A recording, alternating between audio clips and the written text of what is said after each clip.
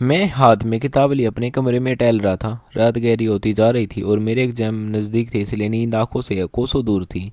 पूरा घर सो चुका था और गलियारों में अजीब सा सन्नाटा पसरा हुआ था। पढ़ते पढ़ते मैं कई बार कमरे से बाहर झाँक लेता, लेकिन हर बार वही अंधेरा और खामोशी दिखाई देती। पिछले कुछ दिनों से एक बात मेरे जहन में अटकी हुई थी। मुझे लग रहा था कि भाभी रात के किसी पैर अपने कमरे से बाहर निकलती हैं। शुरू में मैंने इस बात पर ध्यान नहीं दिया, क्योंकि दो तीन बार जब आधी नींद में पानी या बाथरूम के लिए उठा तो उन्हीं गलियारों में जाते देखा था और सोचा होगा कि कोई घरेलू जरूरत होगी। मगर पिछले एक दो दिनों से मैं देर रात तक जाग रहा था और ठीक 12 बजे के बाद जब सब अपने अपने कमरों में बंद हो जाते, भाभी दबे पाँव बाहर निकलती दिखाई देती। यह बात मुझे हैरान करने लगी थी। दिन के समय भी कभी कभी वह थोड़ी देर के लिए अपने कमरे में चली जाती और जब बाहर आती तो आंखों में थकान और चेहरे पर उलझन साफ दिखती। बाकी घर वाले इस पर ध्यान नहीं देते थे, क्योंकि भाभी घर का सारा काम समय पर करती थी। मैं अक्सर सोच में पड़ जाता कि आखिर उन्हें इतनी परेशानी क्यों है। उस रात मैं जानबूझकर जाग रहा था। अपने कमरे के दरवाजे के पास खड़ा होकर मैंने देखा कि सामने भाभी के कमरे का दरवाज़ा खुला। मैं जल्दी से पीछे हो गया। भाभी बाहर आई, इधर उधर देखकर जैसे ही यह पक्का कर लिया हो कि सब सो रहे हैं, फिर धीरे धीरे किचन की तरफ बढ़ गई। कुछ देर तक किचन में हल्की आवाज़ आती रही। मैं उलझन में था कि जाकर पूछूं या नहीं, क्योंकि बेवजह किसी को गलतफहमी हो सकती है। थोड़ी देर बाद भाभी वापस लौटी। उनके हाथ में सब्जी का सामान था, जिसे उन्होंने दुपट्टे में समेट रखा था, और बार बार आसपास देख रही थी। मुझे अजीब लगा कि अपने ही घर में किसी चीज़ को इस तरह छुपाने की क्या ज़रूरत है। मैं वापस अपने बिस्तर पर बैठ गया और पढ़ाई पर ध्यान लगाने की कोशिश की, मगर दिमाग बार बार उसी तरफ चला जाता। रात कब बीती पता ही नहीं चला। सुबह कॉलेज की तैयारी करते समय भी वही ख्याल घूमता रहा। नाश्ते की टेबल पर बैठा तो भाभी किचन में काम कर रही थी। उनके बाल गीले थे और चेहरा थका हुआ लग रहा था।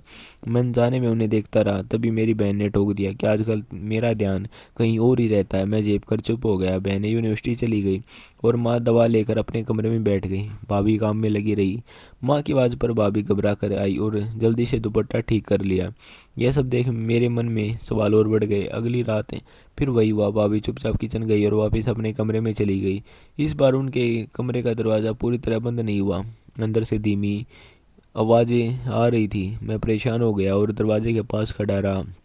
फिर खुद को संभाल कर वापस अपने कमरे में आ गया। मैं नहीं चाहता था कि उन्हें किसी तरह की असहजता हो। अगली सुबह घर में वही रोज़मर्रा की चहल पहल थी, लेकिन भाभी पहले से ज़्यादा चुप थी। उस दिन मेरी कॉलेज से छुट्टी थी। किचन में काम करते हुए उन्होंने मुझसे सामान्य बातें की।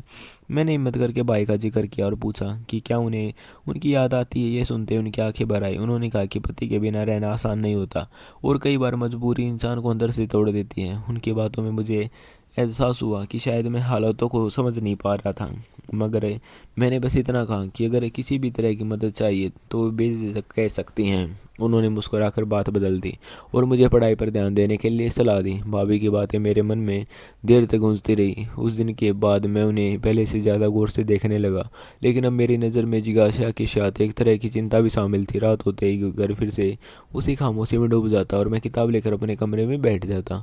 पढ़ाई करता हुआ भी मेरा ध्यान बार बार गलियारे की तरफ चला जाता, जैसे किसी आर्ट का इंतजार हो। ठीक 12 बजे के आसपास वही हलचल शुरू हो जाती। भाभी के कमरे का दरवाज़ा धीरे से खुलता हुआ बाहर निकलती और दबे पाँव किचन की ओर बढ़ जाती। इस बार मैंने खुद को रोका और पीछे नहीं गया। मन में यही चल रहा था कि शायद ये सब उनकी सेहत या किसी घरेलू मजबूरी से जुड़ा हो। अगले दिन घर में माँ और बहनों की मौजूदगी में सब कुछ सामान्य दिखता, लेकिन भाभी के चेहरे की थकान और उदासी छुपी नहीं रहती थी। कभी माँ उनके गीले बाल देखकर टोक देती तो वह बिना जवाब दिए चुपचाप दुपट्टा ठीक कर लेती। मुझे यह बात खटकती कि वह वही काम जो मेरे सामने सामान्य लगता है, घर के बड़ों के सामने जाते ही भाभी को छुपाना पड़ता है। धीरे धीरे मुझे एहसास होने लगा कि घर का माहौल भाभी के लिए सहज नहीं रहा। एक शाम माँ और बहनों के बीच किसी बात पर फुसफुसाहट हुई और भाभी को लेकर कुछ तंज कसे गए। मैंने पहली बार महसूस किया कि शक और गलतफहमी किस तरह बिना बोले फैल जाती है। उसी रात भाभी फिर बाहर निकली। इस बार उनके हाथ में खाने पीने की कुछ चीज़ें थी, जिन्हें उन्होंने जल्दी से समेट लिया। मैं अपने कमरे के दरवाजे से सब देख रहा था। मन में सवाल उठा कि आखिर वह सब कुछ इतनी सावधानी से क्यों करती है। अचानक मुझे याद आया कि भाई की गैर मौजूदगी में भाभी पर कितनी जिम्मेदारियां आ पड़ी हैं। पति दूर, ससुराल में अलग अलग सोच, और ऊपर से रोज की रोक टोक। शायद यही वजह थी कि वह खुद को अकेला महसूस कर रही थी।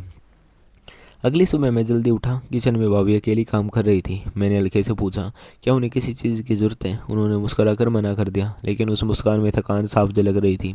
थोड़ी देर बाद माँ आई और बिना किसी वजह के भाभी को देर तक काम करने पर टोका। भाभी ने सिर झुका लिया। उस पर मुझे बुरा लगा, लेकिन मैं कुछ कह नहीं पाया। उस दिन शाम को मैंने भाभी से फिर भाई के बारे में बात की। उन्होंने बताया कि वह कई बार फ़ोन करने की कोशिश करती हैं, मगर कभी नेटवर्क तो कभी घर के हालात की वजह से बात नहीं हो पाती। उन्होंने यह भी कहा कि उन्हें बाहर से ज़्यादा दर्द घर के अंदर की चुप्पी से होता है। उनकी ये बात मेरे दिल में उतर गई। रात को मैं देर तक सोचता रहा कि एक इंसान अपनों के बीच रहकर भी कितना अकेला हो सकता है। अगले कुछ दिनों तक यही सिलसिला चलता रहा। घर में सब अपने अपने कामों में लगे रहते, लेकिन एक अनकही दूरी सबके बीच बनती रही। भाभी अब कम बोलने लगी थी। उनकी हंसी जो पहले कभी कभार दिख जाती थी, अब गायब हो चुकी थी। एक रात मैंने फिर उनके कमरे के पास से हल्की सिसकी जैसी आवाज़ सुनी। इस बार मैंने खुद को रोका नहीं पाया। दरवाजे के बाहर खड़ा रहा, लेकिन अंदर नहीं गया। मुझे एहसास हुआ कि मेरी मौजूदगी भी उन्हें और से असहज कर सकती है। वापस अपने कमरे में आकर मैं देर तक बेचैनी से में करवटें बदलता रहा। सुबह होते ही घर में रोज़ की तरह हलचल शुरू हो गई। बहनें यूनिवर्सिटी चली गई, माँ पूजा पाठ में लग गई और भाभी काम में जुट गई। बाहर से सब कुछ सामान्य था, मगर अंदर ही अंदर सब बहुत कुछ टूट रहा था। दिन बीतते जा रहे थे और घर का माहौल बाहर से भले ही सामान्य लगता हो, अंदर ही अंदर तनाव गहराता जा रहा था। भाभी अब पहले से ज़्यादा खामोश रहने लगी थी। वह हर काम समय पर करती, मगर किसी से उलझती नहीं। मगर उनकी आंखों में उदासी साफ दिखाई देती थी। माँ अक्सर छोटी छोटी बातों पर उन्हें टोक देती और बहनें बिना वजह ताने कस देती। मैं ये सब देखता रहता, लेकिन चाहकर भी कुछ नहीं कह पाता। एक दिन शाम को भाई का फ़ोन आया। माँ ने सबके सामने बात की और जैसे ही कॉल ख़त्म हुई, उन्होंने भाभी को घूर कर देखा, मानो किसी अनकहे सवाल का जवाब ढूंढ रही हो। भाभी ने नज़रें झुका ली। उस पर मुझे महसूस हुआ कि शक है अब सिर्फ मन में नहीं रहा, बल्कि घर के माहौल में घुल चुका है। उसी रात में फिर से पढ़ाई का बहाना बनाकर जागता रहा। भाभी अपने कमरे से निकली, किचन गई और थोड़ी देर बाद वापस चली गई। इस बार मैंने सिर्फ दूर से देखा और कुछ भी सोचने की कोशिश नहीं की। मुझे एहसास होने लगा था कि हर बात को गलत नज़र से देखना भी एक तरह की नाइंसाफ़ी है। अगले दिन माँ ने भाभी से सख्त लहजे में कहा कि उन्हें बार बार रात में उठने की जरूरत क्यों पड़ती है। भाभी ने शांत स्वर में जवाब दिया कि उन्हें अक्सर बेचैनी होती है और नींद नहीं आती। यह सुनकर भी माँ का शक कम नहीं हुआ। बहनों ने भी चुपचाप एक दूसरे की तरफ देखा। मैं उस समय वहीं बैठा था, मगर किसी ने मुझसे कुछ नहीं पूछा। शायद सब अपने अपने अंदाजे लगा रहे थे। उसी समय भाभी से मेरी थोड़ी देर बात हुई। उन्होंने कहा कि कभी कभी इंसान अपनी परेशानी किसी को बता भी नहीं पाता, क्योंकि डर लगता है कहीं कहीं लोग गलत समझ लेंगे।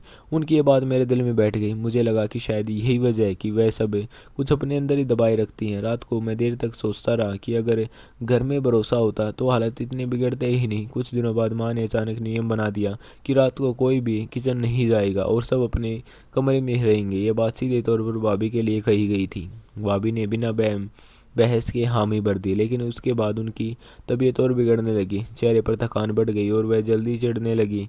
एक सुबह वह चक्कर खाकर कुर्सी पर बैठ गई। माँ ने इसे भी लापरवाही कहकर टाल दिया, मगर मुझे अंदर से बहुत बुरा लगा। मैंने पहली बार साफ महसूस किया कि भाभी की परेशानी सिर्फ अकेलेपन की नहीं, बल्कि लगातार दबाव और अविश्वास की वजह से भी है। उस दिन शाम को मैंने उनसे पूछा कि क्या उन्हें डॉक्टर को दिखाने की जरूरत है। उन्होंने हल्की मुस्कान के साथ कहा कि सब ठीक हो जाएगा, मगर उनकी आवाज़ में भरोसा नहीं था। रात को फिर वही सन्नाटा छाया रहा।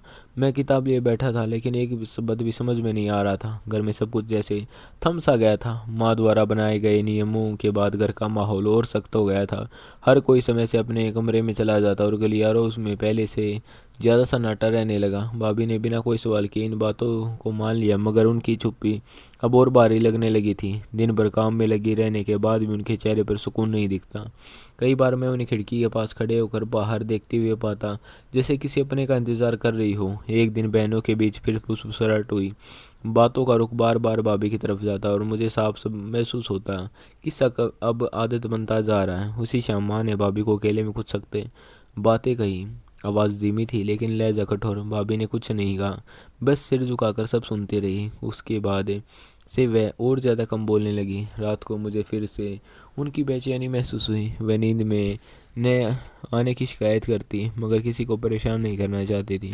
एक सुबह उनकी तबीयत अचानक बिगड़ गई। चक्कर आने पर वह कुर्सी पकड़कर बैठ गई। मैं दौड़कर पानी लाया। माँ ने कहा कि ये सब ज़्यादा सोचने की वजह से है और आराम करने की सलाह दी। डॉक्टरों को दिखाने की बात टाल दी गई। मुझे लगा कि समस्या को हल करने के बजाय हर कोई उसे नज़रअंदाज कर रहा है। उसी दिन भाई का फिर फ़ोन आया। माँ ने थोड़ी देर बात की और फ़ोन रखते ही गहरी सांस ली। उन्होंने कहा कि भाई जल्द आने की कोशिश कर रहा है।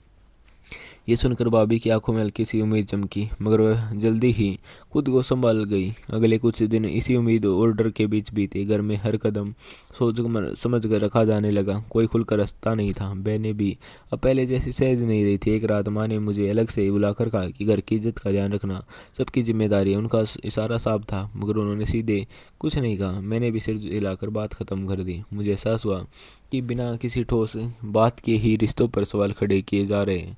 भाभी सब से टूटती जा रही थी। उनका खाना कम हो गया था और चेहरा पीला और रहने लगा था। एक शाम मैंने उन्हें समझाने की कोशिश की, हालत बदलेंगे और भाई के आने के बाद सब ठीक हो जाएगा। उनकी हल्की मुस्कान के साथ कहा कि वह बस शांति चाहती हैं। उनकी ये बात मेरे दिल में गूंजती रही। रात को मैं देर तक जागता रहा। घर के हर एक कोने में जैसे तनाव की परत जम चुकी थी। मुझे लग रहा था कि सच सामने आने से पहले हालात और बिगड़ेंगे, और यह डर मुझे अगले दिन तक बेचैन किए रहा, क्योंकि अब भाई के आने की खबर पूरे घर में फैल चुकी थी। भाई के आने की खबर फैलते ही इस घर में अजीब सी हलचल शुरू हो गई। माँ बार बार फ़ोन देखती, बहनें आपस में धीमी आवाज़ में बातें करती और भाभी पहले से भी ज़्यादा चुप हो गई थी।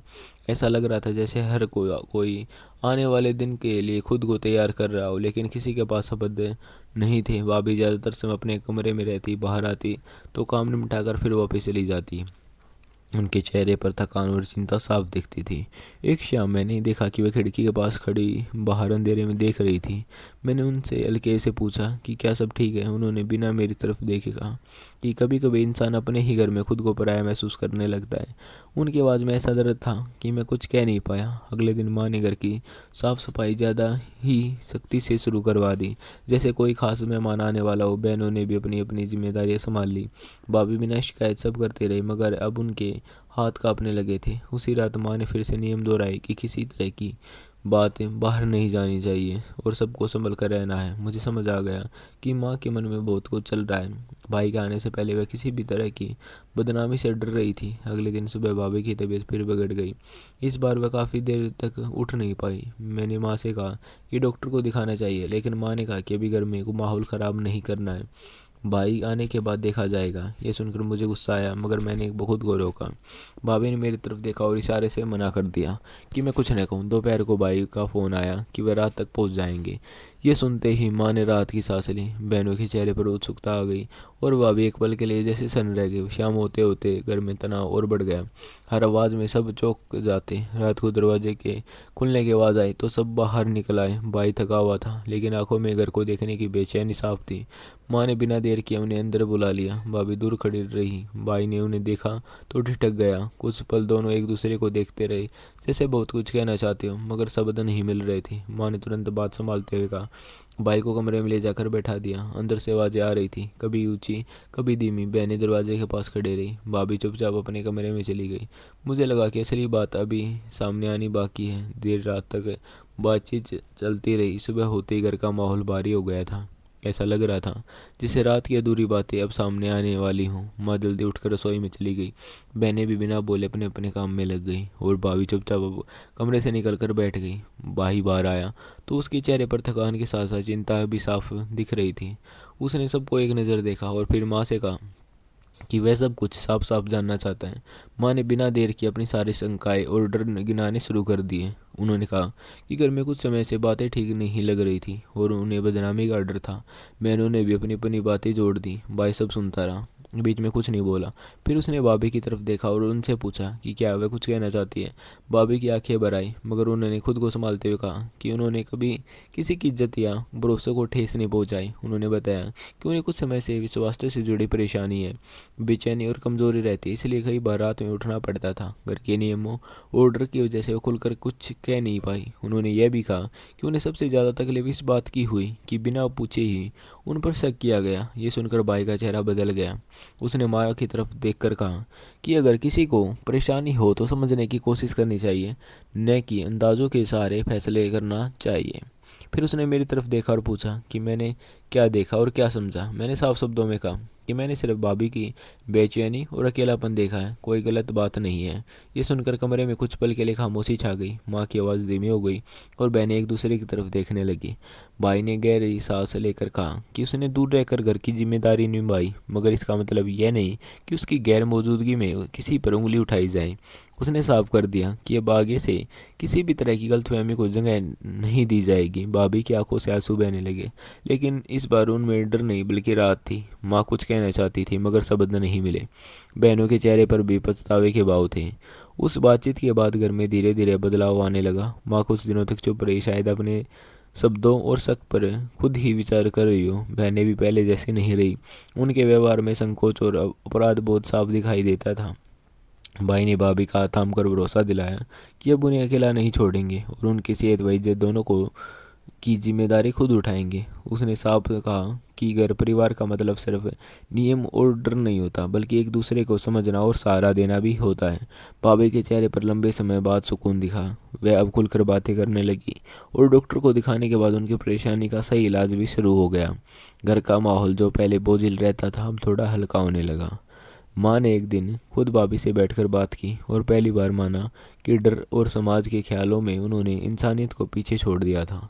बहनों ने भी अपनी गलत सोच को स्वीकार किया। मुझे लगा जैसे घर की दीवारों में जो खामोशी और तनाव जमा था वह धीरे धीरे पिघल रहा है।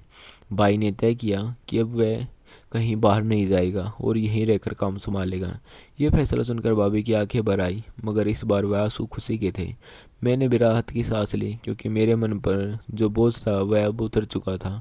मुझे समझ आ गया था कि कई बार हालत को गलत नज़र से देखने की वजह से रिश्ते टूटने के कगार पर आ जाते हैं, जबकि सच्चाई कुछ और ही होती है।